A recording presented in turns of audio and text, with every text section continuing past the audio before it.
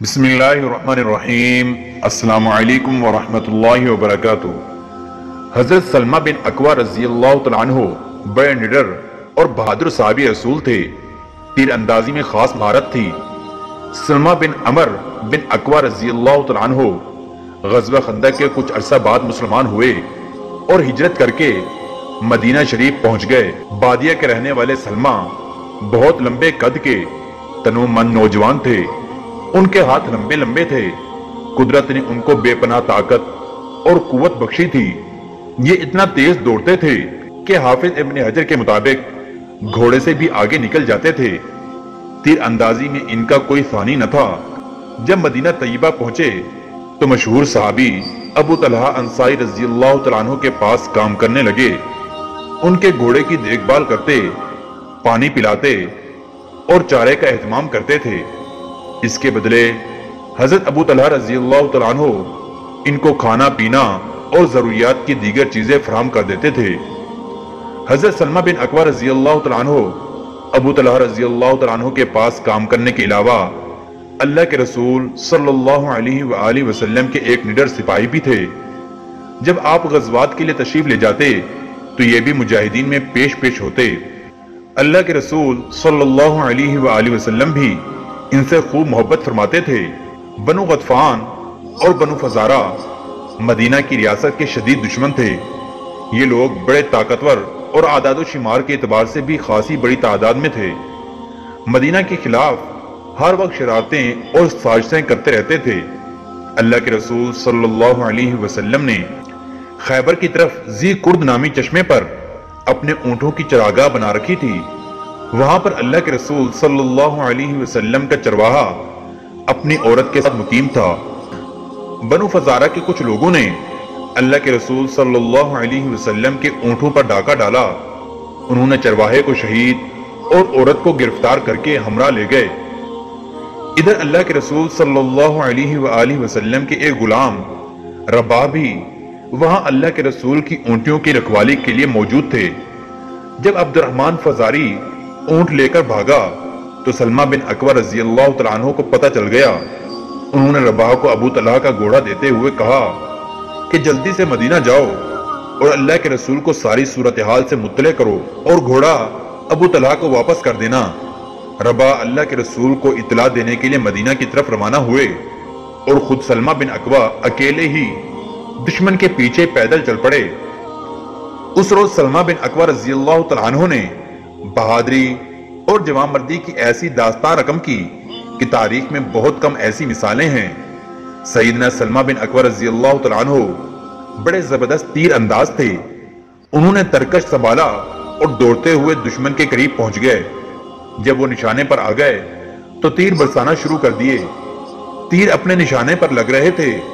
بلند آواز سے وہ ریز پڑھ رہے تھے، میں اکوع کا بیٹا ہوں، آج معلوم ہو جائے گا کہ کون اپنی ماں کے دودھ کا حق ادا کرتا ہے۔ سیدنا سلمہ بن اکوع رضی اللہ تعالیٰ عنہ دشمن کو نقصان پہنچاتے ہوئے آگے بڑھ رہے تھے۔ اگر کبھی دشمن جوابی کارروائی کرنے کے لیے پیچھے پلٹ کر دیکھتا تو یہ کسی درخت کے پیچھے چھپ جاتے اور تیر مار کر زخمی کر دیتے۔ اس دوران دشمن پہاڑ کے تنگ راستے میں داخل ہوا تو یہ پہاڑ کے اوپر چڑھ گئے اور پتھروں سے ان کو مارنے لگے۔ دشمن سخت پریشان ہوئے اور وہ بتدریج آپ صلی اللہ علیہ وآلہ وسلم کی اونٹنیاں چھوڑتے ہوئے آگے بھاگتے رہے، حتیٰ کہ اللہ کے رسول صلی اللہ علیہ وآلہ وسلم کی اونٹنیاں سیدنا سلمہ بن اکوع رضی اللہ تعالیٰ عنہ نے چھڑوا لی، مگر انہوں نے اس کا پیچھا نہیں چھوڑا۔ دشمن اپنے بوجھ کو کم کرنے کے لیے اپنے تیر اور چادریں پھینکتے ہوئے بھاگ رہے تھے۔ وہ جو بھی چیز پھینکتے سیدنا سلمہ بن اکوع رضی اللہ تعالیٰ عنہ اس پر بطور نشان تھوڑے سے پتھر ڈال دیتے تاکہ جب اللہ کے رسول آئیں تو آپ کو معلوم ہو جائے کہ یہ دشمن سے چھینا ہوا مال ہے۔ اس طرح دشمن نے 30 تیر اور اتنی ہی چادریں پھینکی تھی۔ دشمن سخت تھک گیا تھا، اس لیے ایک گھاٹی کی تنگ موڑ پر بیٹھ کر دوپہر کا کھانا کھانے لگے۔ ادھر یہ کھانا کھانے بیٹھے، ادھر سلمہ بن اکوع رضی اللہ تعالیٰ عنہ بھی ایک چوٹی پر جا بیٹھے۔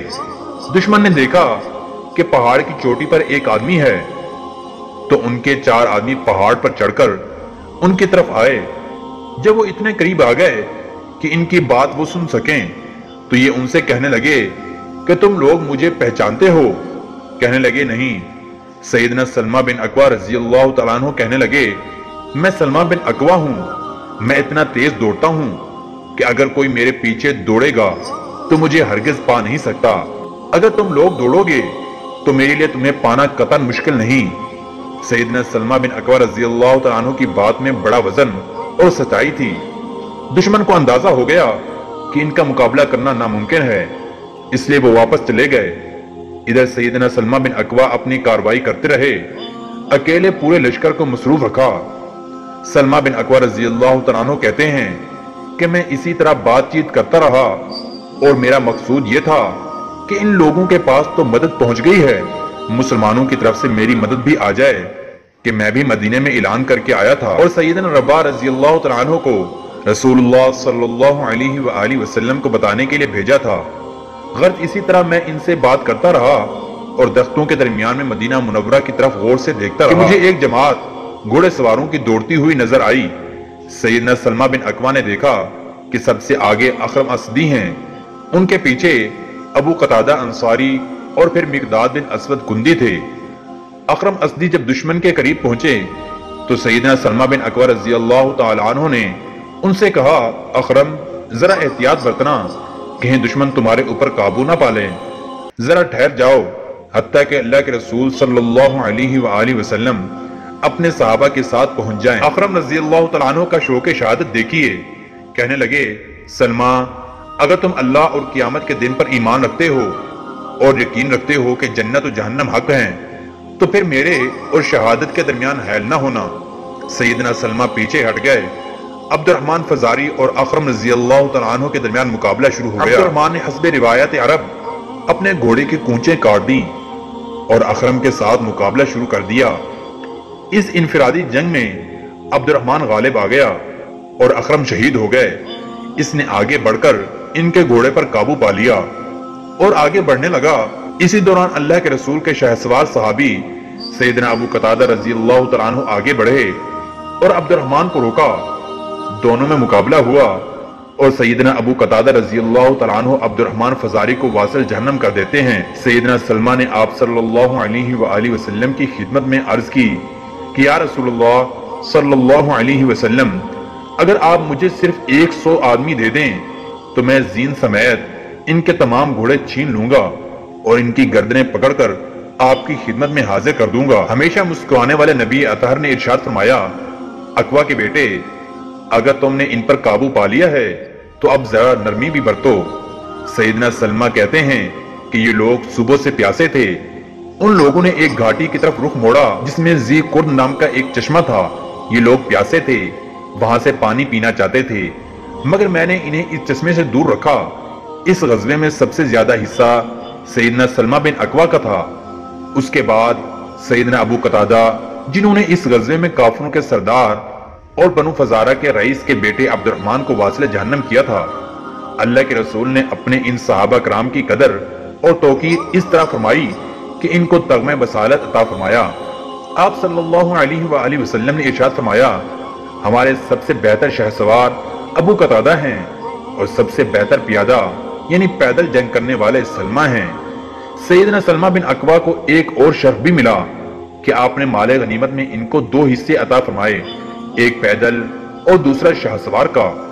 یہیں تک بس نہیں کی بلکہ جب آپ واپس مدینہ تشریف لے جانے لگے اور اپنی اونٹنی پر سوار ہوئے تو سیدنا سلمہ رضی اللہ تعالیٰ عنہ سے فرمایا سلمہ تم بھی میرے پیچھے سوار ہو جاؤ۔